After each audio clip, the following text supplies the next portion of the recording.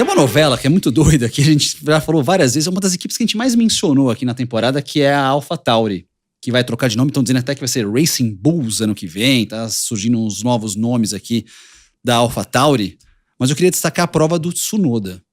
Cara, o Tsunoda fez uma baita corrida nesse domingo, hein? Liderou a prova, foi o segundo japonês da história da Fórmula 1 a liderar uma corrida de Fórmula 1, o outro foi o Sato, mas eu achei que ele, e fez um final de temporada, a gente falou do Ricardo, que tava subindo também, o quê? Mas, eu gostei dessa última terço de campeonato do Tsunoda aqui. Não, e a gente tinha até comentado alguns programas, acho que foi o programa do Burt, né? Que ele falou, o Tsunoda é um pouco altos e baixos, altos e baixos.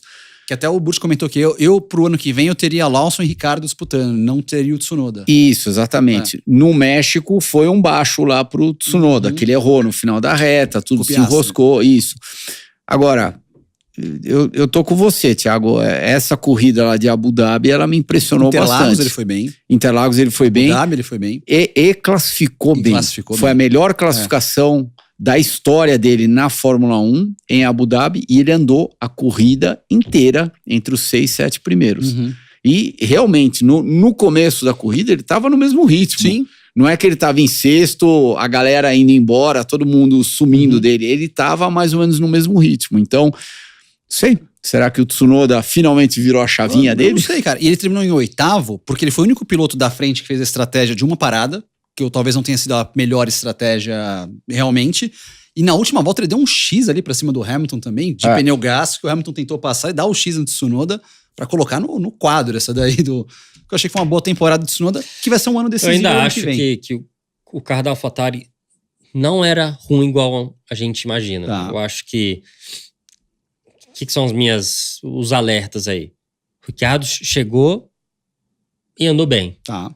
E a gente sabe que o Ricciardo teve os problemas no final. Então, será que o Ricciardo deu um reset na cabeça? Ou será que o carro não é tão ruim e o Tsunoda não é tão bom?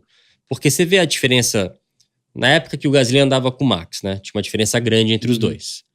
Aí você pega depois o período que o Gasly andava com o Tsunoda. Tá. Tinha uma diferença grande entre o Gasly e o Tsunoda. Tudo bem, o Tsunoda era mais novato e tal, mas tinha uma diferença grande. E agora... Beleza, o Ricciardo tá um pouquinho atrás do Tsunoda, mas se pensar, Max, Gasly, Tsunoda e os que andaram com ele ali... Albon o Albon andou, na verdade, o Albon andou com o Max. Não, andou com o Max. Então, assim, se colocar o Max naquela AlphaTauri, será que ele não andaria batendo roda ali com o Alonso, ali mais pra frente? Então, isso que, sabe, eu fico, às vezes... Por isso é aquele negócio, né? Seu comparativo com o cara do lado é tão importante, né? Que eu acho que o Ricciardo tá tendo a segunda chance da vida dele, porque, beleza, conseguiu voltar a sentar no carro e pegou um cara que não é tão forte. Eu não sei, tá? Pode ser que o Tsunoda tenha melhorado nesse ano. Mas daí, sendo advogado do diabo, o Gasly andou com o Tsunoda no primeiro ano dele de Fórmula 1, né? No segundo. Então, no primeiro e no segundo. Mas nos 2 anos ele destruiu o Tsunoda, né? Ele destruiu. A gente viu uma melhoria, a gente já comentou sobre isso aqui também. A melhoria do Tsunoda que a gente tem visto é em relação ao companheiro de equipe dele. Que foi o De Vries no começo do ano. Exatamente. Que o De Vries ainda classificou umas 3, 4 corridas na frente do Tsunoda. Com 0 experiência. Então assim, cara, é complicado a gente julgar isso, porque... Não sei. Vocês acham o Tsunoda? Então, então, tendo dito isso, se for analisar por outro lado, esse retorno do Ricardo não foi tão impressionante assim. Não, porque, sabe, mas de novo, as pessoas esquecem. As pessoas esquecem que se fosse o Gasly do lado do Ricciardo, a diferença ia ser maior. Fosse o Max, esquece. Então, eu acho que se o Ricciardo realmente conseguir a vaga do Pérez, eu acho que a diferença vai ser do Pérez para mais que a gente vai ver de diferença entre os dois pilotos. E vocês acham que, por exemplo, Tsunoda terminar o ano que vem à frente do Ricardo, é 0 chance dele ir pra Red Bull pra 25? 0. Mesmo terminando na frente do Ricardo? A Red Bull quer ele. Quer quem? Quer preparar o Ricciardo pra voltar pra Red Bull. Então, mas por exemplo, se o Tsunoda ficar na frente? Na frente é zero chance do Tsunoda ir pra Red Bull? Cara, eu acho que tem que ter um outro motivo muito forte. Não, eu acho que seria um erro muito grande por parte da Red Bull colocar o Ricardo dentro do carro. É o que eu tô falando, mas assim, eu tô considerando o Tsunoda agora. Se o Tsunoda ganha do Ricardo ano que vem, é zero chance da Red Bull pegar o Tsunoda, não o Ricardo. Entendeu? Se ano que vem o Tsunoda dá um pau no Ricardo, é zero chance da Red Bull pegar o Tsunoda? Tipo, melhor vamos no mercado tentar pegar alguém do que subir o... Acho que as duas maiores coisas que faltam pro Tsunoda a primeira é a estabilidade. É você ter uma constância melhor, porque num final de semana ele vai talvez até bem melhor do que estava todo mundo esperando, e no outro final de semana ele grama para passar do Q1. E a outra coisa, de repente, talvez falte um pouquinho de malícia durante a corrida. Malícia no bom... Racecraft. Sim. Talvez falte um pouquinho disso pro Tsunoda. Acho que essa perguntinha que você fez ela é bem interessante, bem difícil de responder. Eu tô bem tendencioso a... Eu não acho que o Tsunoda vai estar sentado na Red Bull, até porque, se você pegar o histórico da Fórmula 1 inteira, qual piloto japonês que realmente sentou num carro de ponta que estava numa situação vencedora na história da Fórmula 1? Não, mas nunca. Independente de ser japonês ou não. Mas nunca teve isso, mas independente. Nunca teve isso. Daí... Não, mas isso não acontece porque nunca teve um cara... Porque bom. Se alguém aparecer, a Honda sempre quis achar um piloto. Só que nenhum cara despontou. Se o Tsunoda no ano que vem realmente que todo mundo tinha, mas a percepção que todo mundo tinha na minha época lá na Fórmula 1 é que eles começam a carreira dele no automobilismo de uma maneira diferente de um piloto europeu, então eles acabam sendo não tão bem preparados que nem os pilotos europeus. Chegam então, mais crus, eu acho. Não sei, eu acho que eu acho que é mais de probabilidade de pilotos que tem a chance que vem para a Europa, ou que vem fazer carreira na Europa, né? Que na tua época não tinha isso, mas hoje você vê, hoje esses caras, eles vão...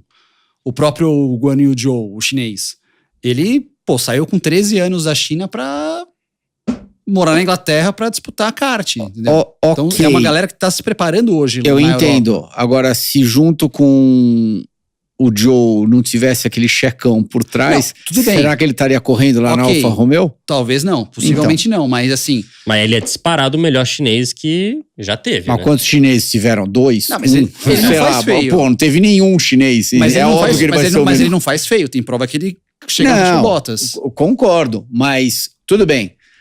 Se a AlphaTauri não, se a Alfa Romeo, sei lá, ele paga seus 15, 20 milhões por ano, se a Alfa Romeo tivesse um orçamento maior, a mais de 15, 20 milhões, será que ela teria assinado o piloto chinês? Talvez não.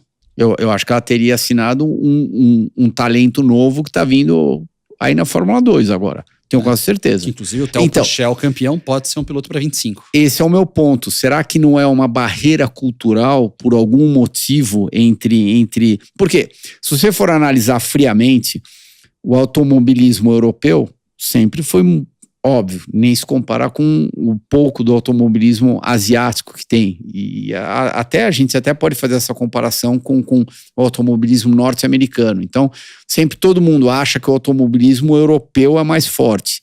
Será que isso não está sendo uma barreira para esses pilotos asiáticos? Porque a gente tem campeonatos fortes no Japão, de GT, de Super Fórmula, um campeonato também muito forte. Então, inclusive o Lawson, que tá lá, ele não ganha todas as corridas. O Gasly também disputou. Tá.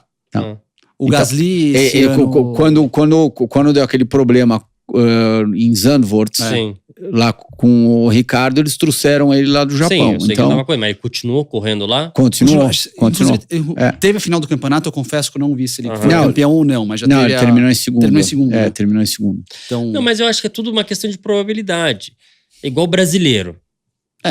Tipo assim, o brasileiro ele tem que despencar para a Europa, gastar dinheiro, ficar lá. Então, já diminui muito a chance. Se o Brasil fosse Portugal, por exemplo, a probabilidade de ter brasileiro na Fórmula 1 ia aumentar muito.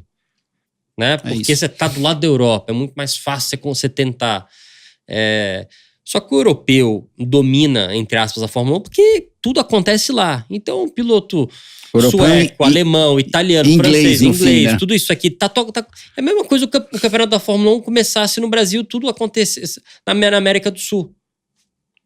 A chance de ter brasileiro ia dominar o negócio, entendeu? Então, pro asiático, pro Japão, pro Brasil, pros Estados Unidos, todo mundo tem que despencar e fazer uma vida na Europa. Então o cara tem que se sentir bem em casa, tem que estar numa equipe boa, isso, aquilo. Então, assim, se você pega um campeonato da Fórmula 3 todo ano, até da minha época, da sua época, sempre 80% do grid é europeu. Aí você pega os 20% que sobram de América do Sul, América do Norte e Ásia, né? Aí a probabilidade desses 20% serem campeão para depois ter a chance da Fórmula 1 é muito baixa. Então eu acho que é tudo também não é porque culturalmente os nossos campeonatos são mais fracos ou porque isso, porque aquilo. Porque tudo acontece na Europa. Então, sabe, o cara da Austrália, do Japão, do Brasil, sabe, todo mundo tem que despencar para a Europa. E aí muitos é uma barreira de língua, de cultural, tudo, né? Longe da família. E hoje em dia começa tão cedo você ter que pilotar que, assim, o kart realmente na Europa é importante. Não é fundamental, não. Você consegue fazer isso no Japão, ou no Brasil, nos Estados Unidos. Dá pra fazer isso. E você ir pra Europa só nos carros. Só que os carros hoje em dia, a molecada começa a andar de Fórmula 4 com 14 anos. 14 anos você tá na escola ainda. Você nem sabe o que você quer da vida. Exatamente. Direito. Então o menino na você Europa... Sabe que é seiva bruta e seiva elaborada. Ele consegue fazer escola, consegue ir pra escola e fazer Fórmula 4. Ele consegue fazer isso. Vai perder algumas quintas, sexta-feiras, às vezes e tal, beleza. O menino no Brasil, vai abandonar a escola para os Estados Unidos, que é proibido você não ir para a escola, né? Tem que ter um atestado, sei lá, do presidente para você não ir para a escola. Então, por isso que tem muito europeu, porque tudo acontece na Europa, né? Eu acho que é mais por isso mais do que qualquer outra coisa. Só para encerrar o nosso capítulo Tsunoda, eu também pensei em outra situação, né? A Red Bull colocaria ele? Não, ele como ele é da escolinha Red Bull, por exemplo, eu não acho que eles colocariam alguém depois do 5º ano dele correndo de Fórmula 1. Eles pegariam um Leclerc, que estava em outras temporadas correndo na Ferrari, pegariam um Norris da vida, pegariam um Hamilton da vida, porque nunca tiveram essa oportunidade de contratar ele antes. Agora, alguém que vem na família Red Bull, pegar depois de 5 anos... Ou seja... No 5º ano, né? Então, ele levou 5 anos para se preparar para guiar o carro da Red Bull. Tem alguma coisa errada. Por isso que eu acho que definitivamente não vão pegar ele. Agora eu te dar um contraponto. Sei que a gente tá esticando esse assunto aqui, mas eu vi uma entrevista do Franz Tost, que é o chefão da Toro Rosso. Da Toro Rosso, AlphaTauri, que tá se aposentando. Né? Então. Era até domingo. E ele comenta que ele vê que o processo de preparação, maturação para um piloto para assumir a Red Bull é de 3 anos. Ok, o Tsunoda tá indo pro 4º. Mas ele encara como 3 anos. E que ele atribuiu, por exemplo, ao fracasso na equipe principal do Gasly e do Albon, essa pressa que os caras tiveram para tirar. Porque a pressão na Red Bull é uma pressão... Tô pegando palavras do Franz Tost, que é quem comandou a equipe do começo até domingo. Tá. Primeiro que não é a pressão na Red Bull. Primeiro que é a pressão para sentar do lado do Max. Não, essa pressão teria em qualquer equipe. Então, ele já divergiu essa situação falando, pressão para sentar na Red Bull. Quem criou essa pressão? Não, quem criou essa pressão foi o Max. Porque o nível do Max está muito alto. Então, essa pressão teria se fosse na Mercedes, teria se fosse na McLaren, se o Max estivesse na Mercedes, lá na McLaren, na Ferrari, em qualquer equipe. Então, o Max elevou esse patamar lá da equipe. Então, ele usou esse argumento, precisamos de 3 anos para preparar. Eu não acho. Eu acho que não foi um problema de Red Bull pro Albon e pro Gasly, e sim um problema de Max Verstappen. Se tivesse outro piloto correndo na Red Bull sem ser o Max, talvez a história do Gasly e do Albon teria sido completamente diferente.